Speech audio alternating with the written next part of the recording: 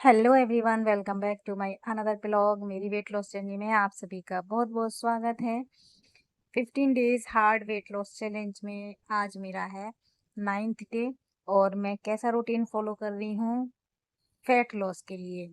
मैं वजन कम नहीं करना चाहती हूँ, लेकिन अपना टमी फैट कम करना चाहती हूँ। इसलिए मैं फैट लॉस और वेट लॉस से रिलेटेड वीडियो डाल रही हूँ और आपके लिए हेल्पफुल हो सकते हैं। इसलिए आप वीडियो को पूरा देखिए कि दिन भर का कैसा रूटीन मैं फॉलो कर रही हूँ, जिसकी वजह से मेरा वेट लॉस भी हो रहा है और फैट लॉस भी हो रहा है। साथ ही साथ केवल यही नहीं हो रहा, स्किन भी अच्छी हो रही है, बाल भी अच्छे हो रहे हैं। तो ये रूटीन आप लोगों को भी फॉलो करना चाहिए, खास तौर से उन महिलाओं को जो घर पे रहती हैं और घर के कामों के चक्कर में खुद को अवॉइड करती हैं। तो मॉर्निंग में मैंने बादाम और अखरोट छील लिए थे, जिनको मैं रात में भिगोई थी, और सबको खिला दिए थे। उसके बाद फिर बच्चों का लंच बॉक्स वगैरह बनाया था और फिर मैं अपना ये धनिया वाला चाय ले रही हूँ और साथ में बादाम। मम्मी को भी मैंने चाय के साथ बादाम और अखरोट दे दिए था और वो न्यूज़पेपर पढ़ रही हैं बालकनी में बैठ के। फिर मैंने निक्कू को तैयार करके स्कूल भेज दिया। निक्कू को स्कूल भेजती हूँ मैं लगभग 8:15 बजे, और फिर उसको जब छोड़ के आती हूँ उसके बाद फिर मैं नाश्ते की तैयारी करती हूँ और पहले मम्मी को और हस्बैंड को नाश्ता खिला देती हूँ। उसके बाद फिर मैं नाश्ता करती हूँ। इसके बाद फिर मुझे भूख ही नहीं लग रही थी, तो मैंने आज ब्रेकफास्ट स्किप कर दिया और उसकी जगह केवल आज मैंने वाटरमेलन खाया था। बस इतना ही काम कर पाई थी कि तभी हमारी डाइनिंग टेबल इंस्टॉल करने के लिए भैया आ गए थे। तो फिर उस चीज़ में मैं बिजी हो गई थी और लगभग 1 से 2 घंटा लगा था इनको डाइनिंग टेबल को सेट करने में।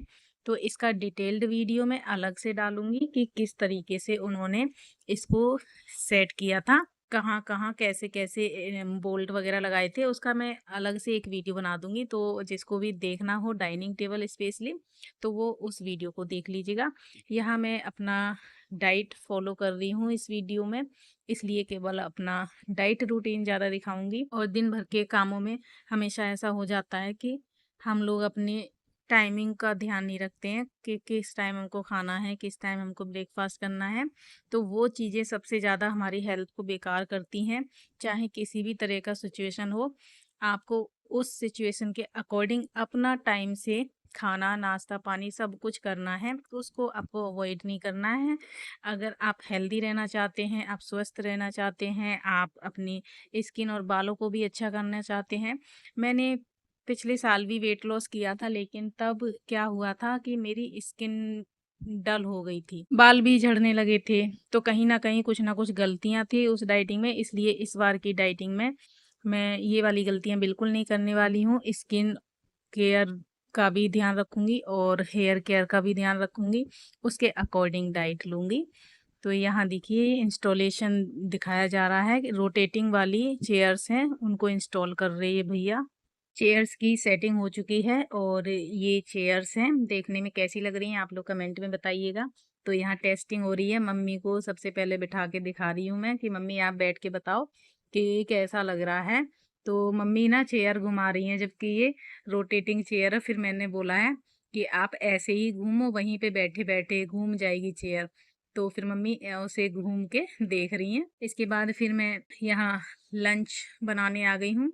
तो कल मैंने जो है शाम के टाइम कद्दू की सब्जी बनाई थी फैमिली के लिए, क्योंकि मैं तो स्मूदी लेती हूँ नाइट को। तो खाना नाइट वाला मैं कम ही दिखाती हूँ वीडियो में।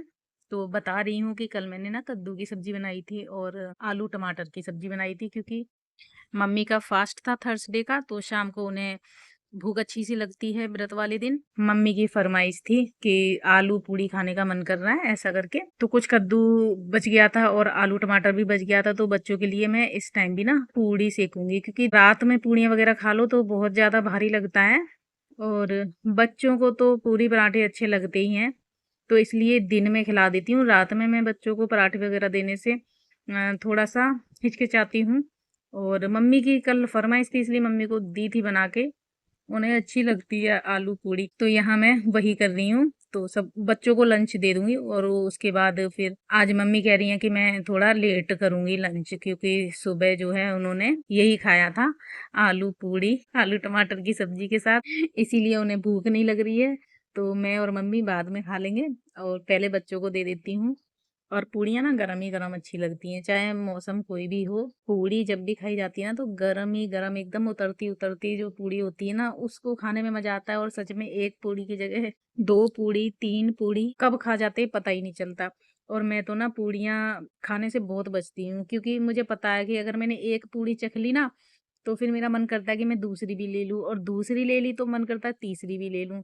तो बहुत कंट्रोल करना पड़ता है जब मैं पूड़ियाँ बनाती हूँ ना, बहुत जी ललचाता है पूड़ियों की खुशबू से। और पूड़ियाँ जब खुद बनाते हैं ना तो देख-देख के कढ़ाई में खुद ही मन करता है, पूड़ी, पकोड़े ऐसी चीज़ें बनती हैं तब बहुत कंट्रोल करना पड़ता है। लेकिन वो थोड़ी देर के लिए ही होता है, अगर आपका माइंड सेट हो जाए ना कि नहीं, नहीं भैया 1 पूड़ी खाएँगे, उसकी जगह पे हम 2 मूँग दाल के चीले खा लेंगे या कुछ और हेल्दी ऑप्शन खा लेंगे तो ज़्यादा अच्छा है।